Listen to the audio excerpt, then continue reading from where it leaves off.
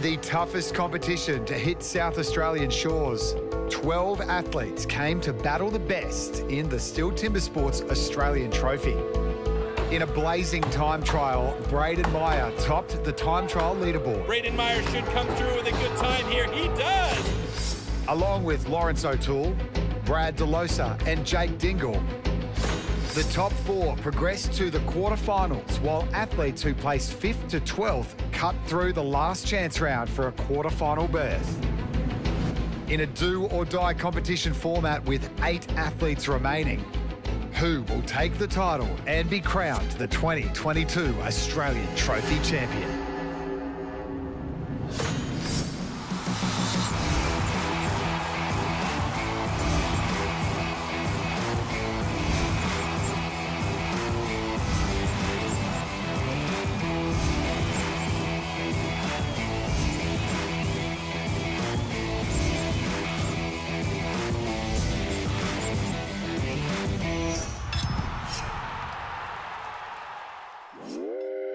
We're in Glenelg, South Australia, and in a competition that tests their mettle, our top 8 will need to cut and saw their way through a 4-discipline one-man relay in a head-to-head elimination battle. From the start, they need to cut a whole disc with the stock saw and complete the underhand chop as fast as possible.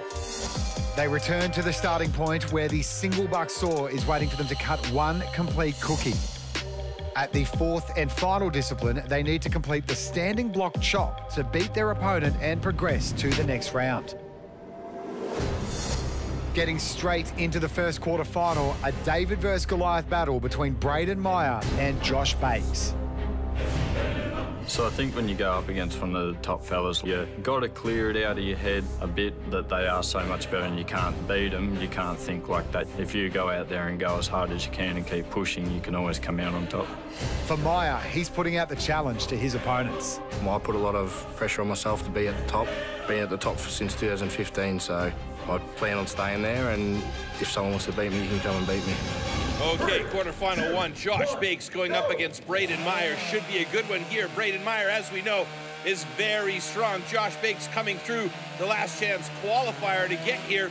No one's ever actually won one of these competitions coming through the last chance qualifier.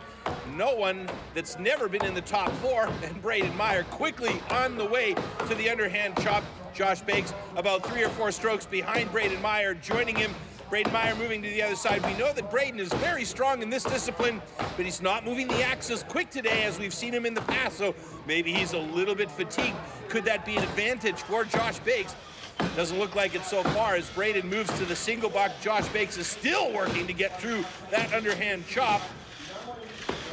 Finally splits the log, but it's just not going, hanging on by a thread. Meanwhile, Brayden Meyer has a good solid lead in the SINGLEBUCK, and J.Bakes now has his work really cut out for him. Now this is elimination time here. He's got to do something, Bakes. He does if he wants to get anywhere farther than this round in the quarterfinals, but it doesn't look like it's going to happen. Failing a major problem and complication by Brayden Meyer. And Bakes gets that saw stuck. Oh my God, a lot of work to get that thing restarted, and that is going to fatigue him even more. Brayden Meyer, meanwhile, he is well through this standing block chop, and it should be simple work for Brayden Meyer to get through that block and move on to the semifinal. This was a tough one for Bakes right from the get-go, coming through that last chance qualifier round to get here, but he can definitely be pleased by this performance. This young up-and-comer is definitely the future of timber sports for Australia. A couple more drivers, that should do it, and he is done.